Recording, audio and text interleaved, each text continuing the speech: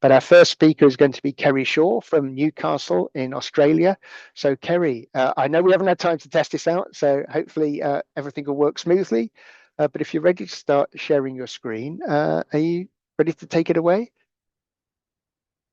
You're still muted at the moment, so I think you'll have to unmute your mic. And Hello. there we go. Good Can hear you morning. very clearly.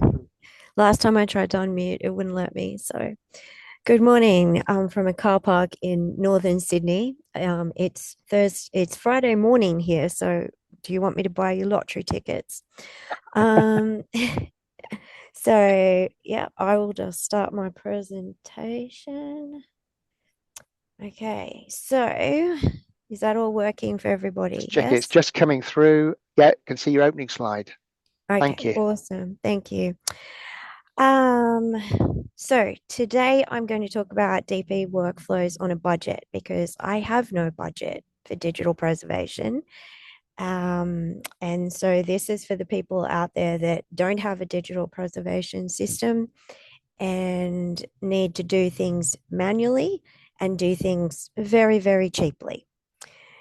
And everybody else could just listen in and laugh at us poor people, I guess. So this is Newcastle on the eastern seaboard of Australia. We're about an hour and a half north of Sydney. If you ever venture to our shores, please come up and see us because we have really nice beaches and it's just a nice place. I'd like to acknowledge that I'm presenting or I present from the Awabakal and Worimi peoples and their lands have never been ceded. So my story started in about 2020, yeah, the start of COVID, lovely.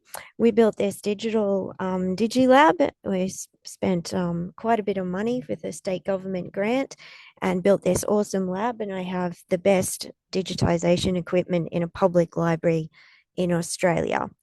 And that then eventuated that I was producing all of these wonderful files.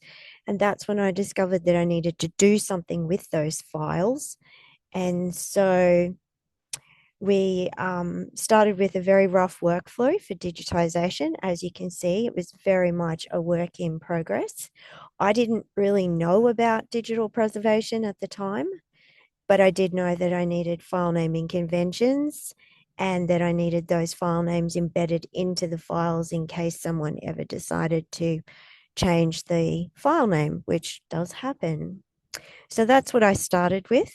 And I wrote that in COVID without being in the lab. And then, as you can see, when I came into the lab, things needed to change. 5 years on, my workflow looks like this. So this is the overview for the work for the digitization lab. So everything comes in, it's assessed, or I get in items. And then right down the bottom there, you can see perform digital preservation tasks and save to cold storage. Now, I'm using the word cold storage very loosely. That's what I've named the file on the council server to try and put people off going in there and having a look at it. It is now locked that I am one of the few people that are allowed in there, which is a good thing. But when I started, it was pretty much open slather to everybody. So 2 years ago, I finalized this workflow and I now carry this out. And I'm happy to announce that I'm now running Fixity checks with Fixity Pro, the free version, now that it is free. And I ran my first successful one just last week. So I'm pretty excited about that. So you can see it's not rocket science, it's not hard, but it did take a fair while to get to it. So I use free tools and it costs no money because I don't have any. And there are people within my organization who even question the value of digital preservation as a task for me to do. So the first things that I do is work out where did the files come from. So most of the time they're generated in the lab and I have created them, but sometimes we outsource items to be digitized, particularly audio visual, because we don't have the facilities to do that. That was a decision we made due to the cost of the equipment and the skills needed. So the first thing I do if they've come in is check if they got viruses. I don't have a write blocker, so I need to trust my vendors, and then also I just check them with the Windows. I think we've got Falcon is what council has put on our computers. Then I make sure that the file names meet the naming conventions that I have. This prevents double ups of files because I literally spent 2 years sorting through double files. It was not a pretty time. The next thing I do I rename the files to meet my conventions, or do I leave them to maintain authenticity? Sorry, I haven't had coffee yet. So most of the time I rename the files because it just works better for our system.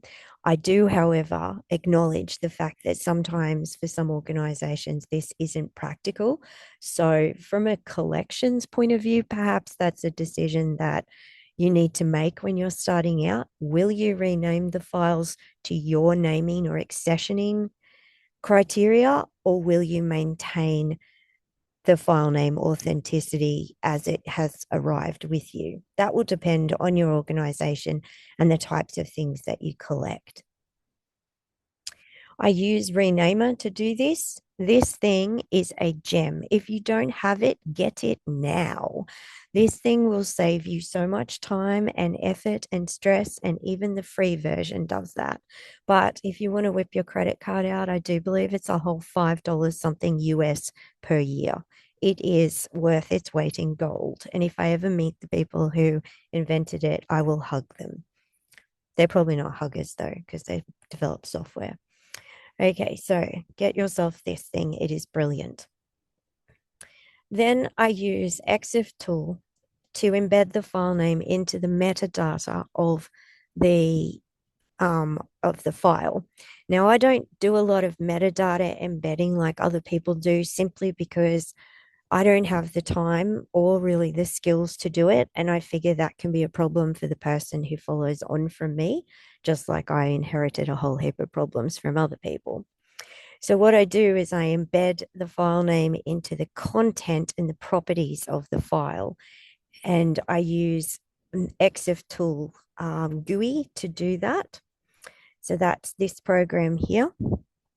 And you can see on the little screenshot that I've taken that the photograph's name is 094000017.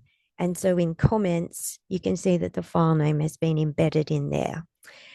I didn't put it under title or subject because after much experimentation, they proved to be too easy to change at the top level of the file by somebody else. So by putting it into the comments section, it's much harder for someone to actually change it. They can change it, but it's harder, and hopefully they won't go to that much trouble.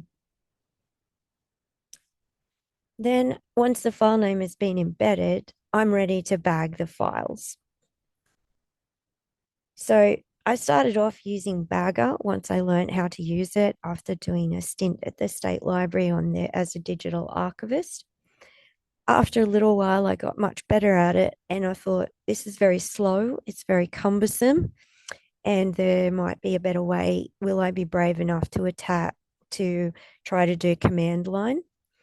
After much consultation with a colleague at the Powerhouse Museum in Sydney and some chat GPTing, I came up with a code that actually works, and I use Visual Studio Code to write that.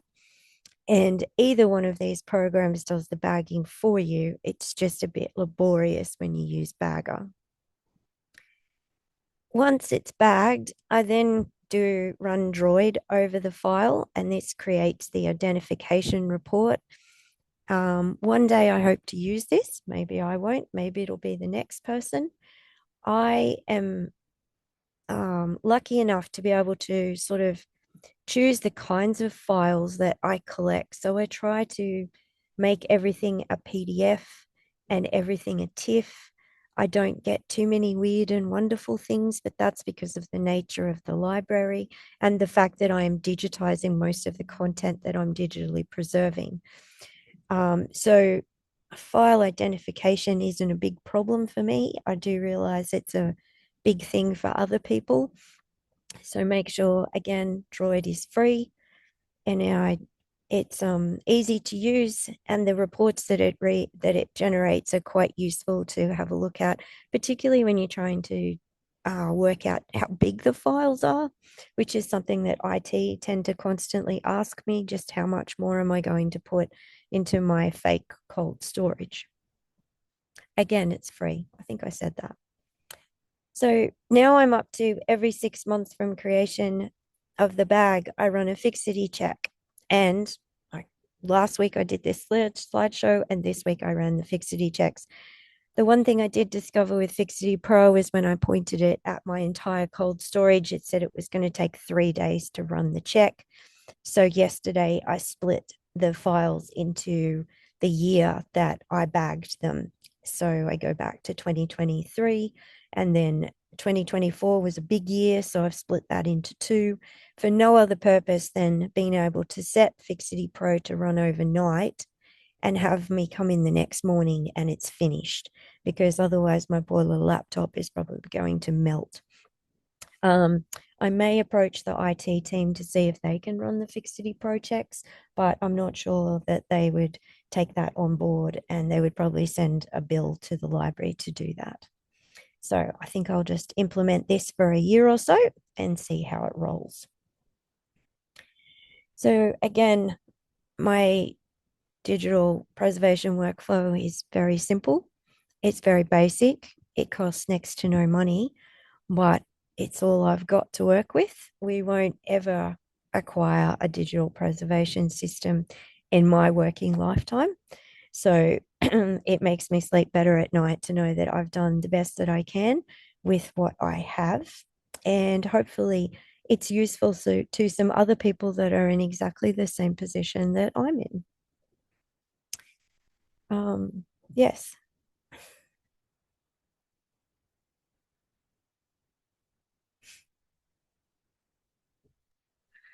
Okay, Kerry, so that's your final takeaway Yeah. message, is it? Thank you very much. Yes. I can see people have Yes. anticipated. There you go. You're getting a round of applause. Thank you very much for Thank that. you. And I know that you have to leave to deliver some training, I believe, haven't you? Fairly short order. So Yeah. I don't know if anybody has any sort of questions, comments, or observations they'd like to put to Kerry. We've got one in the chat. I don't know if you can see it, Kerry, from Carol Kussman, who's saying, what appropriate size did you split the folders in to accommodate Fixity Pro? I didn't actually have time to check the file size yesterday because it takes a very long time to get the properties to give me that. Mm-hmm. But I just did 6 months in each folder. So 6 months worth of digital preservation in each folder. So next week, I'm going to run them one a week or one every couple of days and just see what I did. Set one to go with Fixity Pro, but it sat there calculating for about an hour, and it still hadn't told me how long it was going to take. So maybe they're still too big. But it'll be an experiment, and I'll just work it out. As long as it can come on at about 6 p.m. and be finished by 7:30 a.m., I'll be happy. And maybe I need to do a follow up of just how big that is.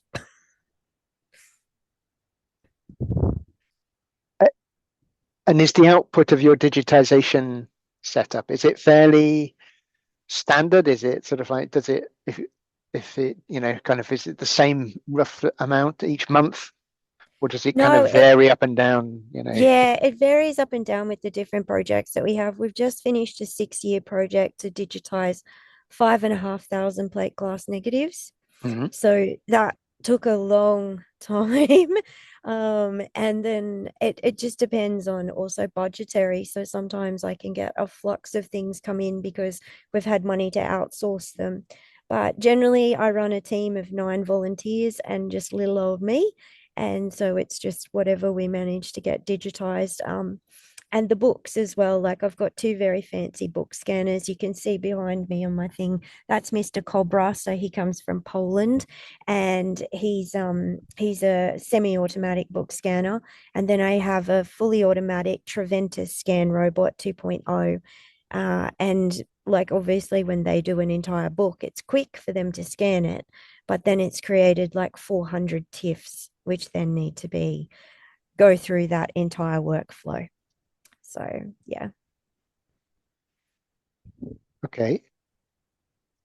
The chat's still pretty quiet, so I'll just ask this one then. So do you do any sort of um, uh, fixity checking or checksum generation or even quality Yeah, assurance when when you're moving stuff between the digitization workstations and where you get to deal with it, just so that the file is what you're getting is what you expect and what you're yeah, preserving?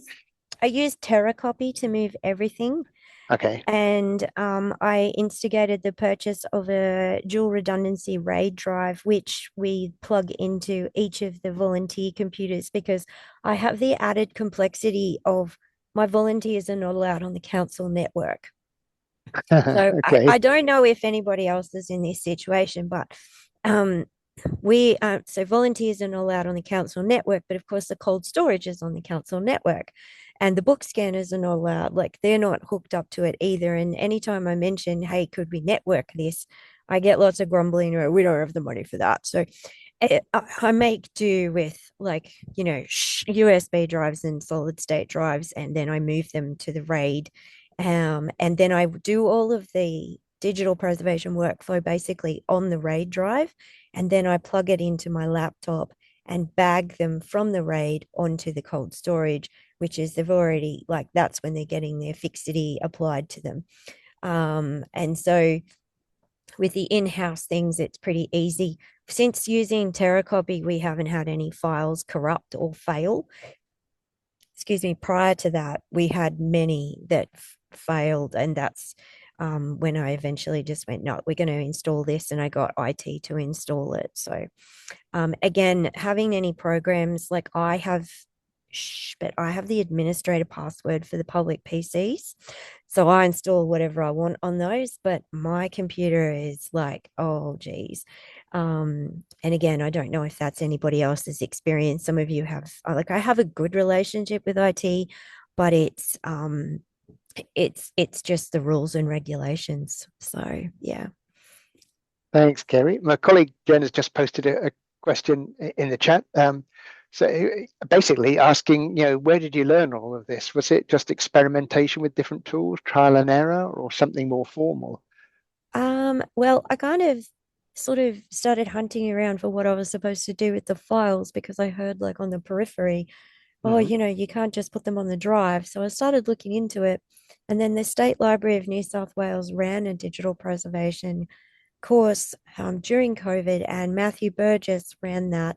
Okay. And quite frankly, it terrified me. And I was utterly, he did command line prompts and everything. And I was like, ah. So I decided that I would just park that for a while. And then he advertised a position, a secondment, and I took that secondment and I learned about Droid and Bagger and all of those things while on secondment. And then I came home and I gently introduced one at a time to the workflow, and I experimented and I made mistakes and then I fixed the mistakes, and then it was like, oh, okay, so I can do that as well, and I can do that as well.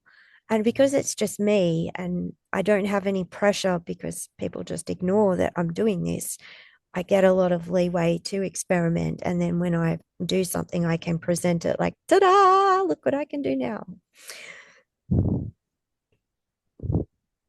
So, yeah, I think you're getting lots of praise and for your inspirational work in the chat there, Kerry. So, and you kind of hinted that this might be the case. Do you get pushback from your IT team about things like I know a lot of people do about what software they can install? A lot of IT setups don't like people putting in sort of free and open source tools on you know Uh, I owned got, I got, machines and yeah, I got questions, but as soon as you mentioned that, the UK archives endorse it and the State Library of New South Wales endorse it, and if you take the parts from the websites that say, I use it for this and I use it for that, and why am I using that? And also, I like to say, and also, would you like to explain to the Lord Mayor why their $100,000 worth of outsourced digitization is now gone Yeah. because you didn't allow me to use that program? And I think one of the things that we need to remember is that these files, these digital assets, if they're born digital, created, they're worth money. They have a dollar value. And I don't remember which webinar or conference that I took that from, but it's very, very valuable. And I have used it as a bit of a stick to poke people to get what I need on several occasions because, like, we sent out, I think it was like 3,000 subdivision maps for digitization, and council found us the extra money for that. And that was $30,000 alone 5 years ago. So, that's a big asset to just go, oh, but it's okay if it fails, you know. Yeah. Thanks, Kerry. And I, I'll refer you to some of the comments in the chat, which are all very supportive. And Rich is very keen on open source. And I think, again, he's not alone. There's a big contingent in the digital preservation community that recognize the value in every sense of open source software. But have you, since we are where we are, have you looked at things like Copter and the tool registry, or even the other cooperative workflows that are community-owned workflows, I should say, that have been recorded there? It's okay if you No, haven't. It's not loaded. no, But no, I get there's so much out there that it gets very hard to be across a lot of it. And then there's the other aspect of my work, which the library merged with the museum. So now I'm a cultural collection registrar and I have to learn how to look after museum items. Last year I did a grad certificate in cultural management. Like there's so much out there that I can't be across all of it. But if you've got hints, please send them to me.